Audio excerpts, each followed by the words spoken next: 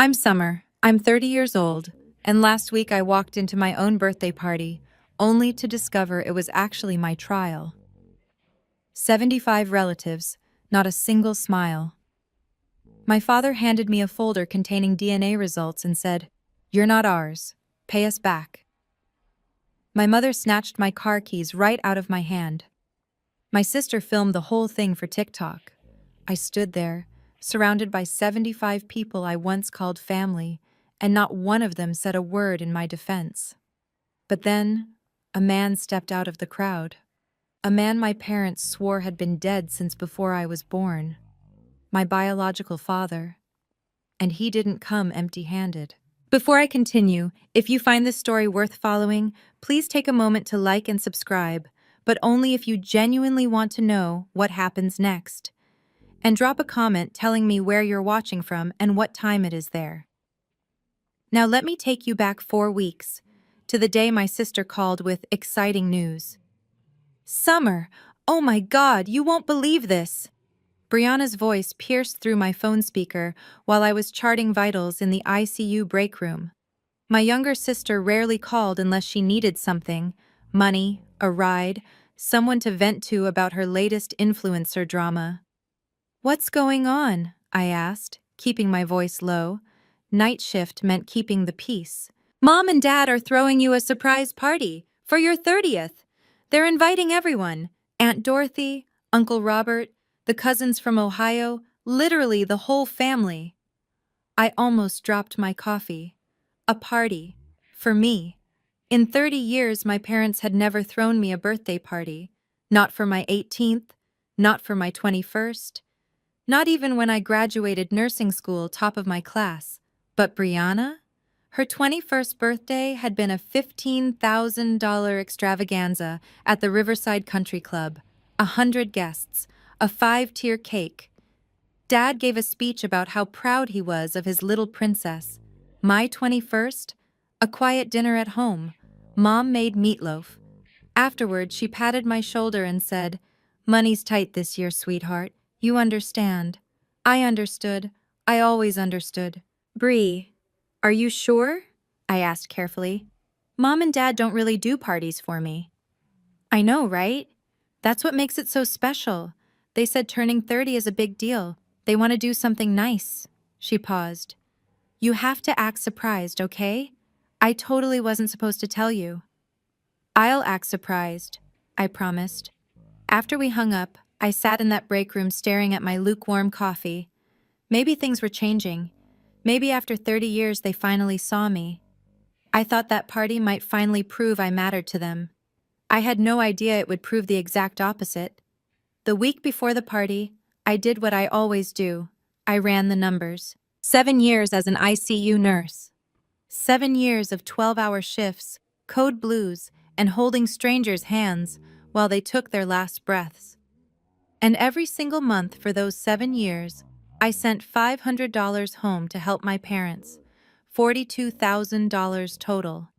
I never asked for it back. I never even mentioned it. That's what family does, right? You help when you can. Meanwhile, Brianna, with her 50,000 Instagram followers and 0 paying jobs, still lived in our parents' basement. She'd never contributed a dime. Last month, she asked Dad for $8,000 to invest in her content creation business. He wrote the check without blinking. When my car broke down 3 years ago, I asked if I could borrow $2,000 for a down payment on a used Honda. Dad looked at me like I'd asked for a kidney. "You're a strong, independent woman, Summer. You can figure it out." So I figured it out. Took out a loan, worked extra shifts, paid it off myself. Mom's voice echoed in my head. "Brianna's still finding herself. She needs support. You don't need anything from us. You're the capable one." The capable one. Translation: the one they could ignore.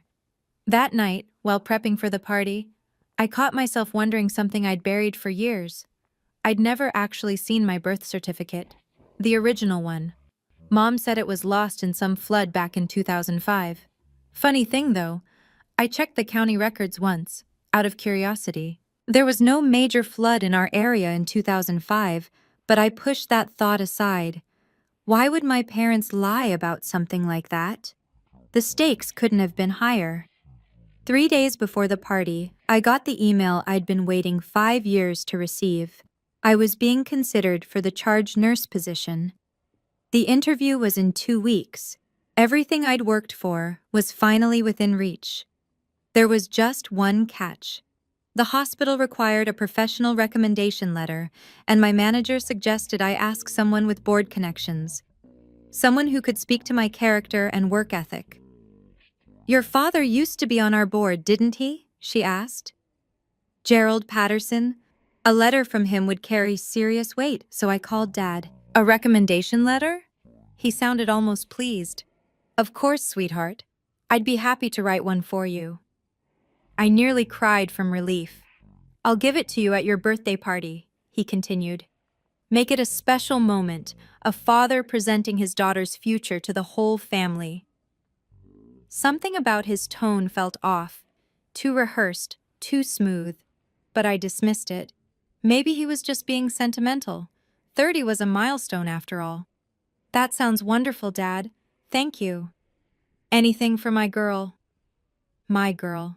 He'd never called me that before. That was always Brianna's title. I hung up feeling lighter than I had in months.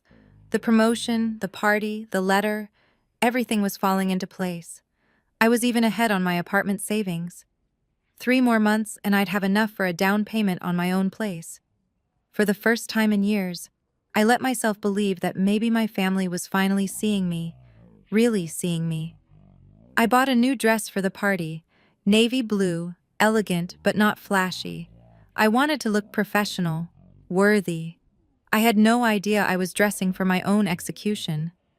The night of the party, I stood in front of my bathroom mirror and barely recognized myself. The navy dress hugged my frame perfectly. I'd done my makeup carefully, subtle but polished. Professional. I even bought a small gift for my parents. A leather-bound photo album I'd spent weeks filling with family pictures. Ridiculous, right? Bringing a gift to your own birthday party. But that was me. Always giving. Always trying to earn something that should have been freely given. I remember being 10 years old, spending hours on a Mother's Day painting for Mom. Watercolors, a garden scene. I thought it was beautiful. Mom glanced at it, then looked at Brianna's stick figure drawing and gushed, "Oh, sweetheart, you're such an artist. Let's put this on the fridge." My painting went in a drawer. I found it years later, still rolled up, never framed. From that day forward, I tried harder, studied harder, worked harder. I thought if I could just be good enough, talented enough, successful enough, they'd finally look at me the way they looked at Brianna. 30 years. 30 years of trying. Before leaving my apartment, I checked my reflection one final time. "Tonight's going to be different," I told myself. "They're throwing you a party. They're proud of you. Dad's writing you a letter. Things are changing." I grabbed my keys and headed for the door. That's when I saw her. Brianna, sitting in her car outside my building, her phone aimed at my Honda. "Hey," I called out, walking over. "What are you doing?" She grinned, pocketing her phone. "Nothing. Just love your car. Can I borrow it sometime?" "Sure," I said automatically. She smiled wider. "Great. See you at the party, sis." Something cold slithered through my stomach, but I ignored it. I was good at ignoring warnings. The Grand Oak restaurant glittered like a promise. Through the windows I could see the warm glow of chandeliers, the shadows of dozens of people moving inside. My parents had reserved the entire private dining room, something they'd only ever done for Brianna's graduation party. I sat in my car for a moment, rehearsing my surprised face. Wide eyes, hand over heart. "Oh my goodness, you shouldn't have." Silly, but I wanted to give them what they wanted. I wanted this night to be perfect. I walked through the entrance, my heels clicking against marble floors. A hostess directed me to the back. "The Patterson party? Right through those doors, ma'am." I took a breath, pushed open the doors. Silence. No streamers, no balloons, no chorus of surprise, just 75 faces turning toward me in unison. Nobody was smiling. I scanned the room, my rehearsed expression frozen on my face. There was Uncle Robert, arms crossed, jaw tight. Aunt Dorothy clutching her purse like a shield, eyes darting away from mine.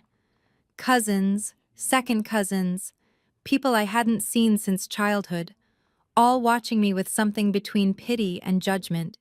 No cake, no decorations, just a long table at the center of the room, and on that table a single red folder. My parents stood behind it like prosecutors at a bench.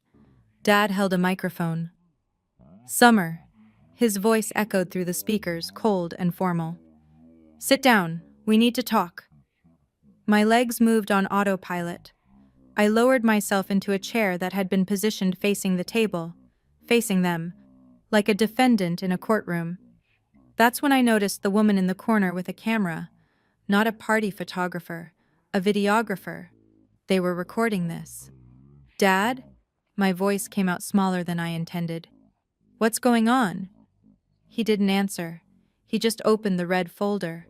Summer, do you know why we invited 75 people here tonight? Dad's voice was ice. My birthday? The words sounded pathetic even to my own ears. No. He shook his head slowly. To serve as witnesses. The room shifted. Chairs creaked. Someone coughed.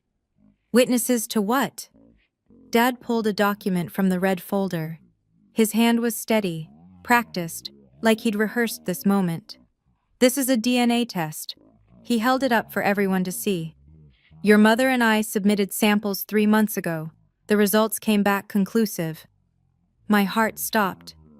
You are not our biological daughter. The room erupted in whispers. I heard gasps, murmurs, someone saying, I knew it. I always knew something was off. What? I gripped the armrest of my chair. That's impossible. You're not ours, Summer. Mom stepped forward, her face twisted into something ugly. You never were. We took you in. We raised you. We gave you everything. And how did you repay us? Dad's voice rose. By slandering us to your friends. By acting like we were never good enough for you. We have witnesses. Dad cut me off, gesturing to the crowd. People who've heard you complain about us, about how unfairly you were treated, about how Brianna got everything and you got nothing. My mind reeled.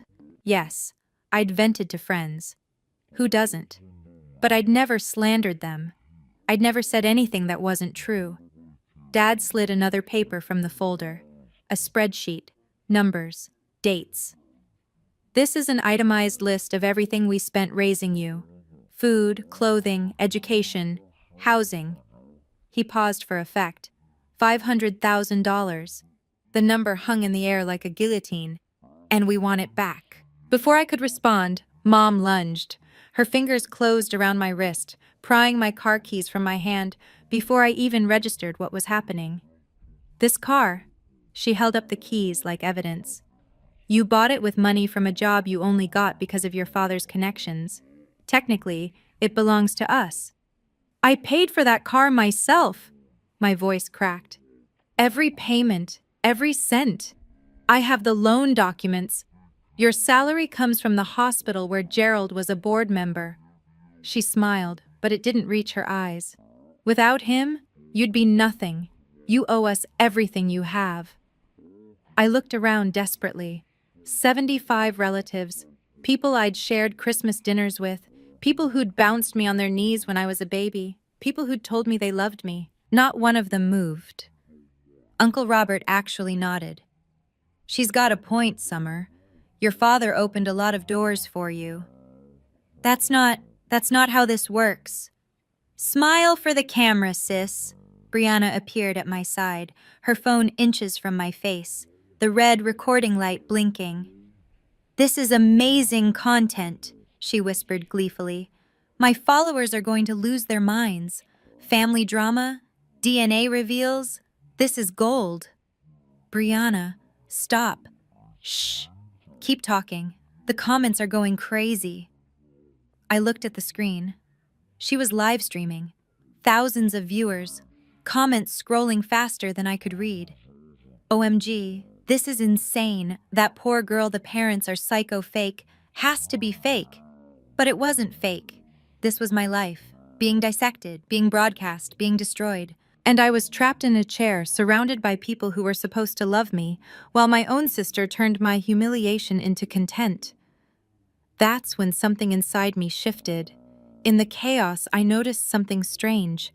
A man, standing alone in the far corner of the room, near the emergency exit. He wasn't dressed like the rest of my relatives, no casual blazers or department store dresses. His suit was expensive, charcoal gray, impeccably tailored, the kind of fabric that doesn't wrinkle. He looked about 60, silver-streaked hair, strong jaw, and his eyes were fixed on me, not with judgment, not with curiosity, with something deeper, something almost like pain. I didn't recognize him. He wasn't family, wasn't a friend of my parents as far as I knew. So why was he here? At a private event? Standing in the shadows like he was waiting for something? Next to him stood a younger woman in a pencil skirt, clutching a thick manila folder. She kept checking her watch, then whispering something to him. He shook his head each time, patient, watching. "Summer!" Dad's voice snapped my attention back. "Are you listening?" "Who is that man?" I asked instead, pointing toward the corner. Dad's face flickered, just for a second, with something I couldn't name. Fear, recognition. "No one," he said quickly. "Focus on what matters. You're going to sign this document." "Gerald." The stranger's voice cut through the room, deep, calm, commanding. The entire restaurant went silent. My father went pale. "Not yet," the man said almost gently. "Let her finish asking her questions first." Dad's mouth opened, closed, opened again. Mom grabbed his arm. "Who let him in? Gerald, who let him in?" But neither of them answered. And the man in the gray suit simply watched me, something shifting in his expression, something that looked almost like hope. I didn't know him, but somehow he knew me. "Summer." Dad's voice had a new edge now, desperation barely concealed beneath authority. "I need you to sign this document, tonight, in front of everyone." He slid a contract across the table. I could see the header, promissory note. "This legally obligates you to repay $500,000 over 10 years, monthly payments of over £10. "I need time to read this," I interrupted. "You'll sign now." His eyes darted toward the stranger in the corner, then back to me. "If you don't, we'll sue. 75 witnesses saw you receive food, shelter, education from us. You admitted it yourself. You owe us." "Gerald." The voice came from my left. Aunt Dorothy, Mom's older sister, had risen from her seat. Her face was ashen, her hands trembling. "Are you sure about this?" She was speaking to Mom, but her eyes kept flicking toward the man in the gray suit. If he finds out what you... "Shut up, Dorothy." Mom's voice was a whip crack. "But the receipts." "I said, shut up." The room went silent. Dorothy looked like she might cry. "What receipts?" I asked. Nobody answered. Nobody. "Aunt Dorothy." I turned to face her fully. "What receipts are you talking about?" She opened her mouth, closed it, looked at Mom, then at the floor. "Nothing," she whispered. I shouldn't have said anything. But I saw her hand drift to her purse. I saw the way she clutched it tighter, like she was protecting something inside. "Linda," Dorothy's voice cracked. "I still have them. The ones you asked me to burn 20 years ago. I couldn't do it. I kept some." Mom's face went white. Whatever was in that purse, whatever those receipts proved, my parents didn't want me to know. But I was starting to understand. I wasn't the one with secrets here. They were. Dad moved fast. He grabbed the microphone and addressed the room, his voice booming through the speakers with practiced authority. "Family, friends, I want everyone to witness this moment." He paused for effect, scanning the crowd. "Tonight, Summer Patterson, the woman we raised as our own daughter, will acknowledge her debt to this family." Uncle Robert started clapping. A few others joined in, uncertain but obedient. 30 years ago, Linda and I opened our home to a child no one wanted. We sacrificed, we struggled, we gave her everything, and this is how she repays us? With ingratitude? With complaints? More nodding now. The narrative was working. I could see it spreading through the room like poison. "I always said she was ungrateful," someone muttered. "Never appreciated anything," another voice agreed. "Summer." Dad turned back to me, microphone still in hand. "Sign the document. Apologize to your family. And maybe, we can still have a relationship." Brianna shoved her phone closer. "Say something, Summer. My viewers want to hear you grovel." I looked at the contract. $500,000. Payments until I was 40. My entire future signed away to people who were publicly dismembering me. "And if I don't sign?" My voice was steadier than I expected. Dad's expression hardened. "Then I contact your hospital tomorrow. I tell them their charge nurse candidate is a fraud. A liar. A woman who refuses to honor her debts." He smiled coldly. "I was on their board for 15 years, Summer. Who do you think they'll believe?" The threat hung in the air. My career, my apartment, my future, everything I'd built for myself. He could destroy it with one phone call. I had no leverage, no power, no allies, or so I thought. I am an ICU nurse. I've held dying patients' hands at 3 a.m. I've delivered impossible news to families. I've stayed calm while alarms screamed and hearts stopped, and everything descended into controlled chaos. I don't break under pressure. I can't afford to. So I took a breath, then another, and I stopped being the scared little girl they expected me to be. "Dad," I said, my voice cutting through the murmurs, "I have a question." He frowned. This wasn't the script. "What?" "You said I'm not your biological daughter, that you have DNA proof." I leaned forward. "So who are my biological parents?" Silence. "Well?" Mom stepped in quickly. "They abandoned you. They didn't want you. We saved you." "That's not what I asked." I stood up slowly. "I asked who they are." "Dead." Dad's answer came too fast. "Both of them. Car accident. Years ago." "Interesting." I was surprised by my own steadiness. "So if they're dead, who gave you the DNA sample to compare mine against?" Dad's mouth opened. Nothing came out. "DNA tests require comparison samples," I continued. "You can't just test my blood and declare I'm not yours. You need something to compare it to. So whose DNA did you use?" The crowd shifted. I saw confused looks, furrowed brows. The logic was landing. That's not your concern," Dad stammered. "A dead person's DNA." I pressed harder. "How did you get it? Did you exhume a body? Did you have samples stored somewhere for 30 years? More murmurs. Uncle Robert uncrossed his arms. "Or," I said quietly, "is one of my biological parents not dead at all?" In the corner, the man in the gray suit took a step forward, and for the first time, my father looked truly afraid. "Oh my God, guys, this is getting so good!" Brianna's voice shattered the tension. She was still live streaming, narrating for her audience like this was some reality TV show. "So basically, my parents found out 3 months ago that Summer isn't really their kid. Someone contacted Dad about it. I think it was a lawyer or something, and they've been planning this whole reveal ever since." "Brianna!" Mom's screech echoed through the room. "Turn that off now!" But the damage was done.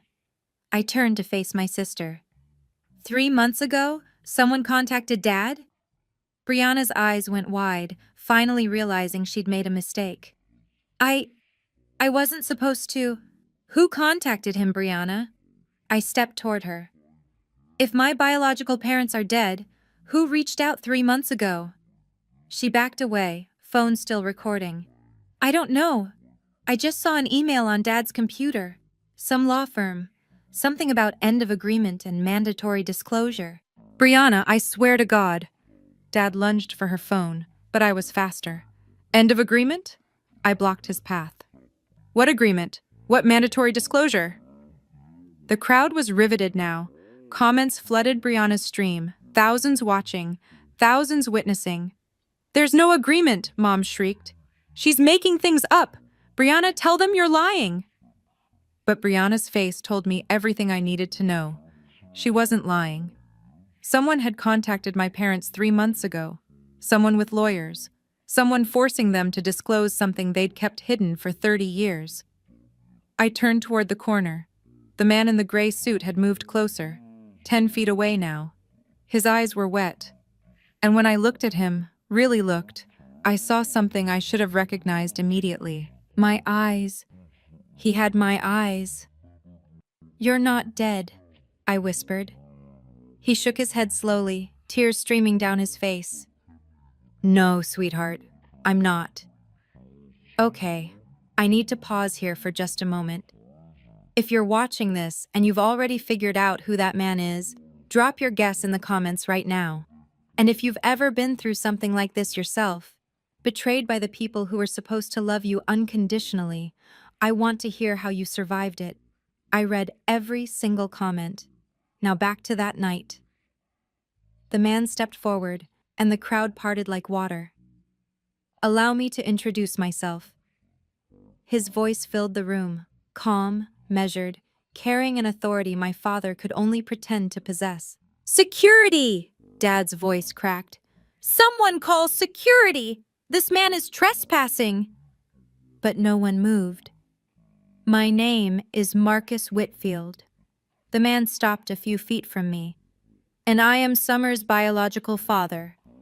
The room exploded. Gasps, shouts. 75 phones emerging from pockets and purses. I couldn't breathe. You... I stared at him. You're supposed to be dead. Marcus's jaw tightened. Is that what they told you? I nodded, unable to speak. I have never been dead, Summer. His voice softened. I've been waiting.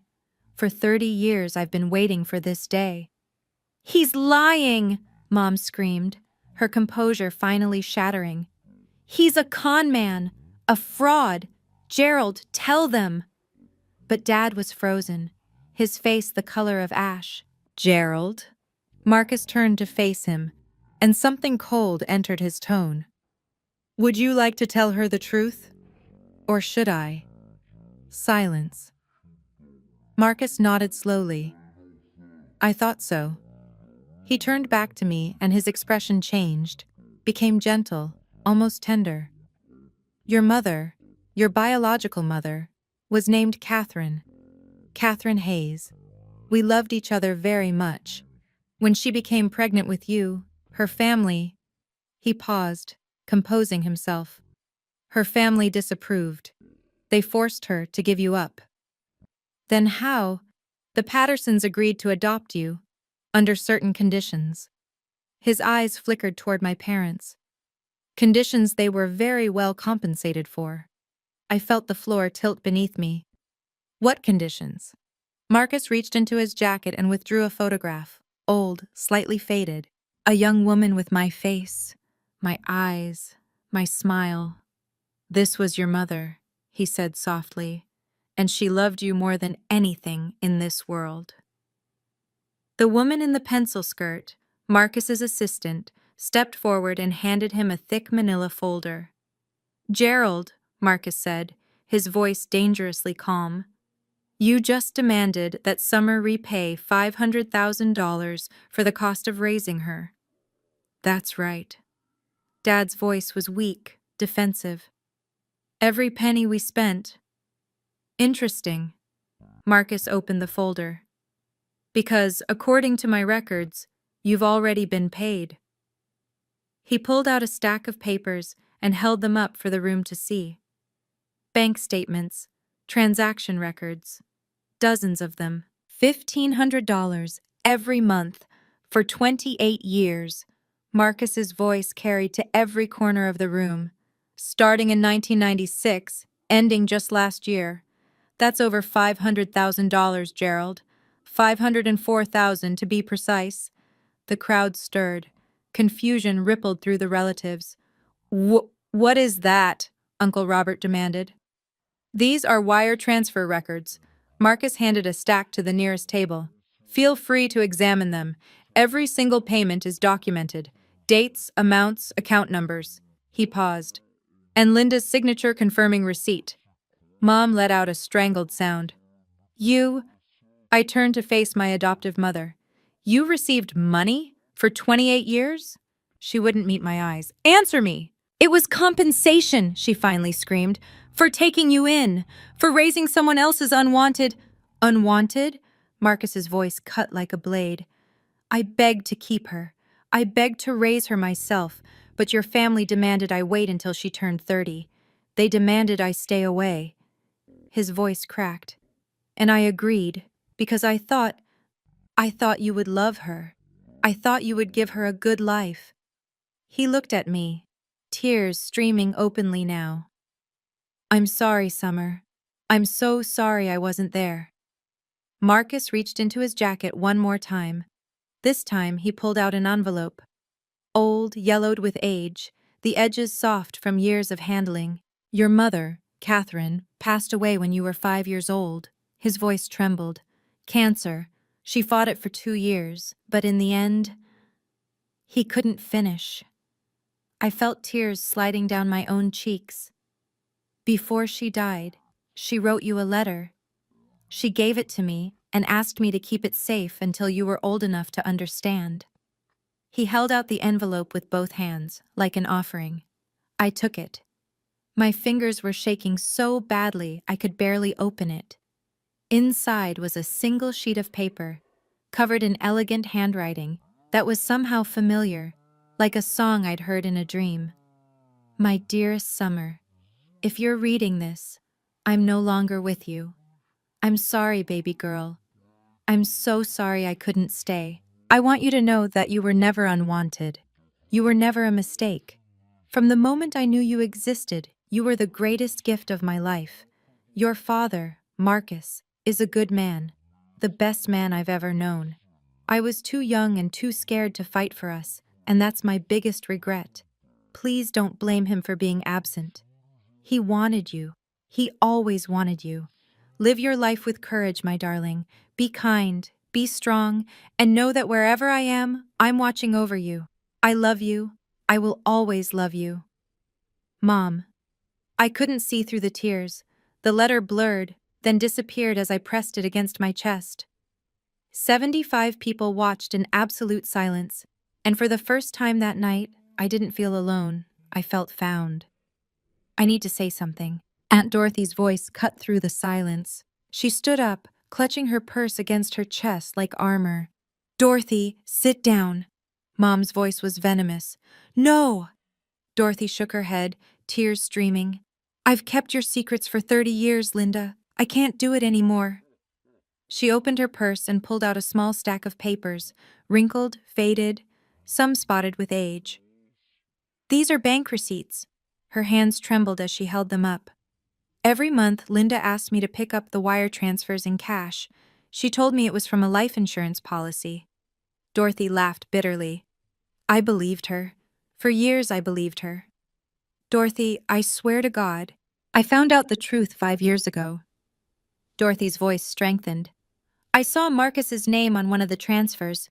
I confronted Linda. She told me if I said anything, she'd tell everyone about... She faltered. About my own mistakes. She blackmailed me into silence. I looked at my adoptive mother, really looked at her, and saw someone I'd never recognized before. You knew, I said slowly. All this time, you knew I had a father who wanted me, who was paying to make sure I was cared for, and you let me believe I was unwanted. Mom's face twisted. We raised you. We fed you. We gave you a roof over your head. With his money, I gestured toward Marcus. You raised me with his money, and you still treated me like I was less than nothing.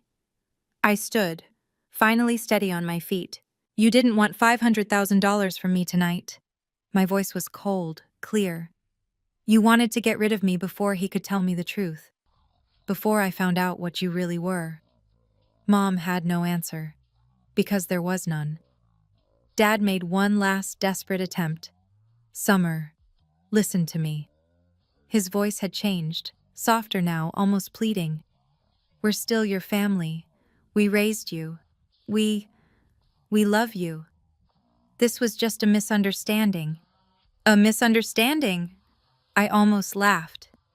You staged a public humiliation. You demanded $500,000. You threatened my career. You had Brianna livestream my destruction to thousands of people. I shook my head. That's not a misunderstanding. That's a betrayal. But we're still your parents. No. The word came out calm, final. You're not. You're the people who took money to raise me, then treated me like a burden. You're the people who lied to me for 30 years. You're the people who weaponized my own birthday to destroy me. I turned to face the crowd, all 75 of them.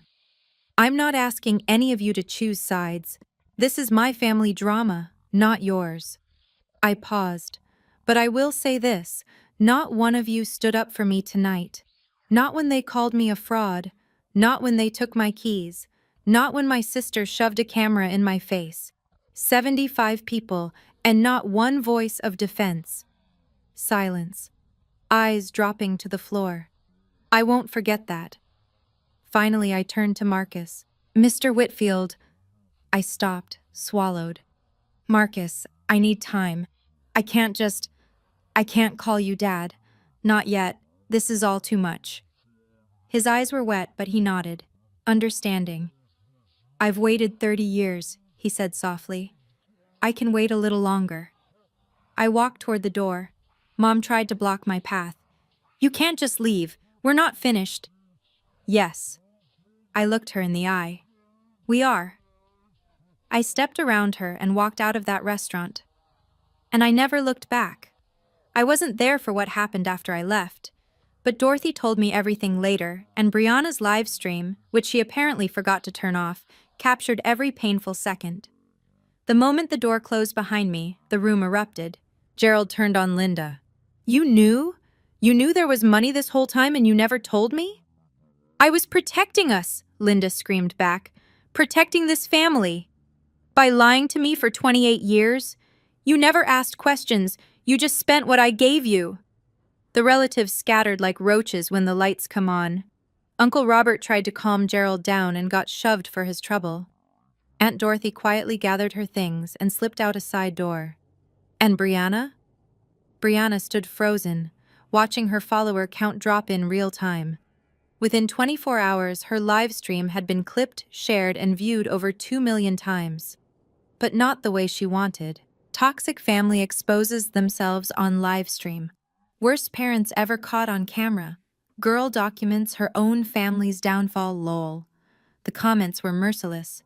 Brands she'd been negotiating with pulled out. Her authentic family content suddenly looked very different in context. As for Marcus, he left the restaurant quietly, without confrontation. He didn't need revenge. He'd come with truth, and truth had done its work. That night, sitting alone in my apartment, I read Catherine's letter 17 times. I traced her handwriting with my fingertips. I looked at the photograph Marcus had given me. My mother at 22, laughing at something off camera, her eyes exactly like mine. I cried until I couldn't breathe. But somewhere beneath the grief, beneath the shock and the betrayal, I felt something I hadn't felt in years. Hope. The kind of hope that comes from finally knowing who you really are. 3 days later, I was called into the hospital director's office. I walked in expecting the worst. Gerald had promised to destroy my career. He had connections, influence. 15 years on the board. Dr. Rebecca Chen sat behind her desk, her expression unreadable. Please sit down. I sat, waited. Summer, I'm going to be direct. She folded her hands. I received an email from your father, from Gerald Patterson, demanding that we terminate your employment. My stomach dropped. He claims you're unfit for the charge nurse position, that you have character issues. She paused. He also attached a video, said it would show your true nature. I closed my eyes. The live stream. Of course. I watched it. Dr. Chen, I can explain. Summer. Her voice was gentle. I watched you stand in front of 75 people who were actively trying to destroy you. I watched you keep your composure, ask intelligent questions, and walk out with your dignity intact. I opened my eyes. I also received a phone call. She leaned back. From Marcus Whitfield. Do you know who he is? My biological father. He owns 4 hospitals in the Northeast. She smiled slightly. He called to tell me explicitly that he would not be interfering in any employment decisions regarding you. He said, and I quote, "Summer deserves to succeed on her own merits, not because of who her father is." I couldn't speak. The charge nurse position is yours, Summer. You earned it. Dr. Chen stood and extended her hand. Congratulations. I shook her hand, barely processing. One more thing. She smiled. Gerald Patterson's email didn't hurt your case, but it certainly hurt his reputation. The board has formally removed his name from our benefactor wall. Small victories. But that one felt pretty good. 2 weeks after the party, Dorothy called with updates. Gerald and Linda had filed for divorce. Not because of me, or not entirely because of me. The night of the party, Gerald had gone through Linda's personal files. He found more than just the wire transfers from Marcus. Apparently, she'd been hiding money for years, accounts he never knew about, purchases she'd concealed, a secret credit card with a $40,000 balance. Turns out your mother, your adoptive mother, had been planning her escape for a decade, Dorothy told me. Gerald just gave her the excuse she needed to leave. The irony wasn't lost on me. They'd staged a public trial to expose my betrayal. Instead, they'd exposed their own. Brianna lost over 20,000 followers in the first week. The comments that followed her everywhere were brutal. Aren't you the girl who live-streamed her sister's trauma for clout? Imagine exploiting your own family for views. Couldn't pay me to follow this garbage human. She deleted her TikTok, started fresh on a new account. Last I heard, she was doing mindfulness content now. The irony writes itself. Gerald tried to reach me once. A long email that managed to apologize while still blaming everyone but himself. I'm sorry things happened the way they did, but you have to understand the pressure I was under. I deleted it without responding. Linda called 12 times. I let them all go to voicemail. The messages got progressively more desperate. First angry, then pleading, then weepy. I didn't respond to any of them. Not because I hated them, not because I wanted revenge, but because I'd finally learned something it took me 30 years to understand. Some relationships can't be repaired. They can only be survived. If you've made it this far, I have a question for you. Do you think Summer should forgive her adoptive parents? Comment A if you think yes, B if you think no, and C if you think it depends on what happens next. And if you haven't subscribed yet, now's the time, because what I learned in the months that followed changed everything. Let me finish the story.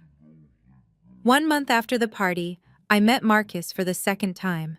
Not at his corporate office, not at some fancy restaurant designed to impress. At a coffee shop called the Bean Counter, a tiny place with mismatched furniture and mediocre espresso.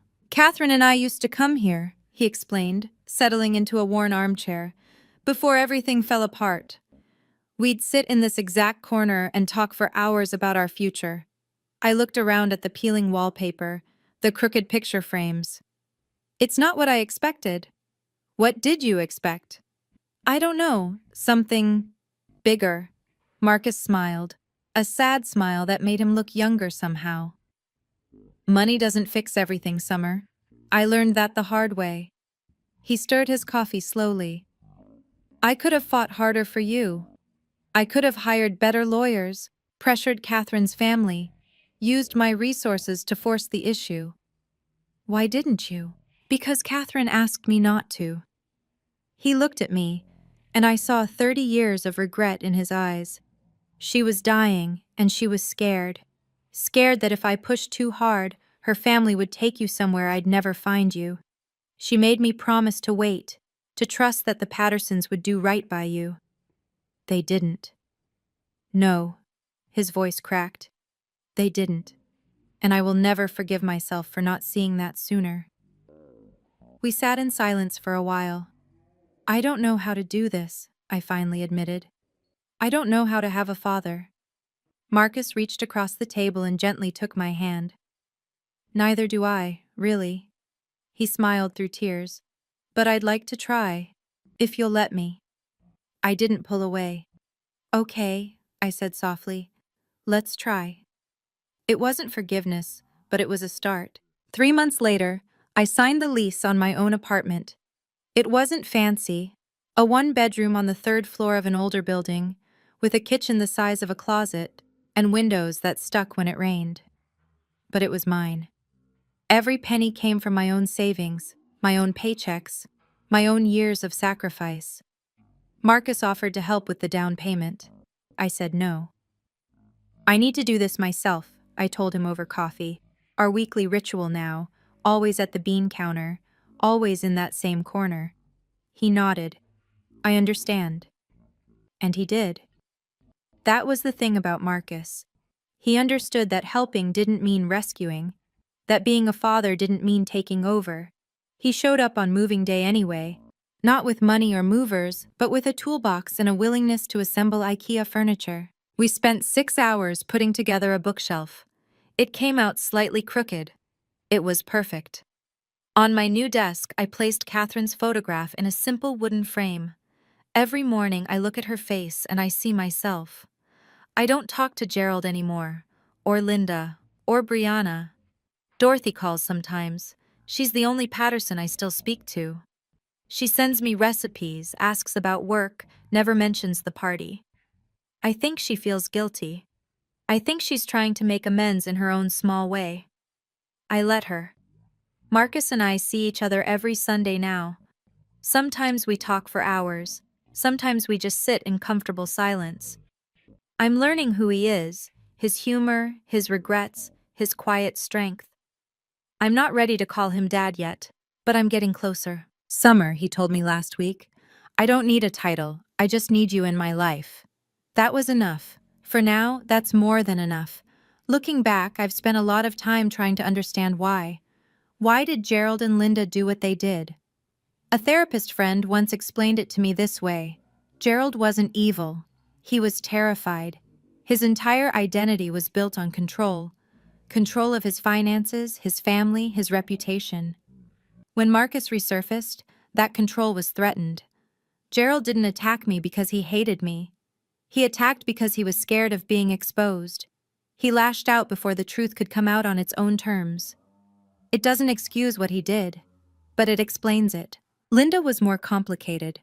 She carried jealousy like a second heartbeat. Jealousy of Catherine, the woman Marcus truly loved. Jealousy of me, the living reminder of that love. Every time she looked at my face, she saw the daughter of her husband's imagined rival. She never bonded with me because she never let herself. And when the opportunity came to get rid of me while keeping the moral high ground, she took it. Again, not an excuse, an explanation. And me? What was my role in all of this? Here's the hard truth. I made it easy for them.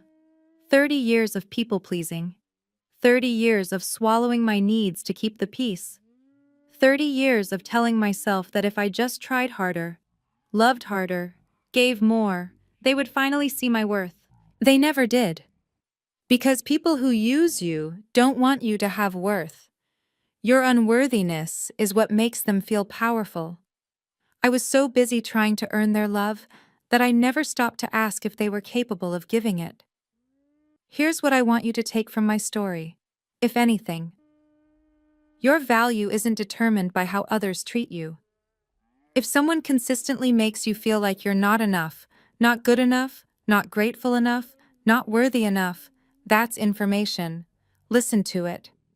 Setting boundaries isn't revenge, it's self-respect. And sometimes the family you're born into isn't the family you're meant to keep. I'm 30 years old now. I have a job I love, an apartment that's mine, a biological father who's learning how to be present, and a future I'm writing myself, one day at a time. The Pattersons wanted to destroy me. Instead, they set me free.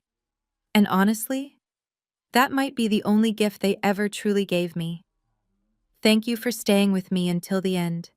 If this story made you think about your own relationships, the ones that lift you up and the ones that hold you down, I hope you'll share it with someone who might need to hear it. Subscribe if you want more stories like this. And check the description for other videos I think you'll connect with. Take care of yourselves. And remember, you deserve people who choose you.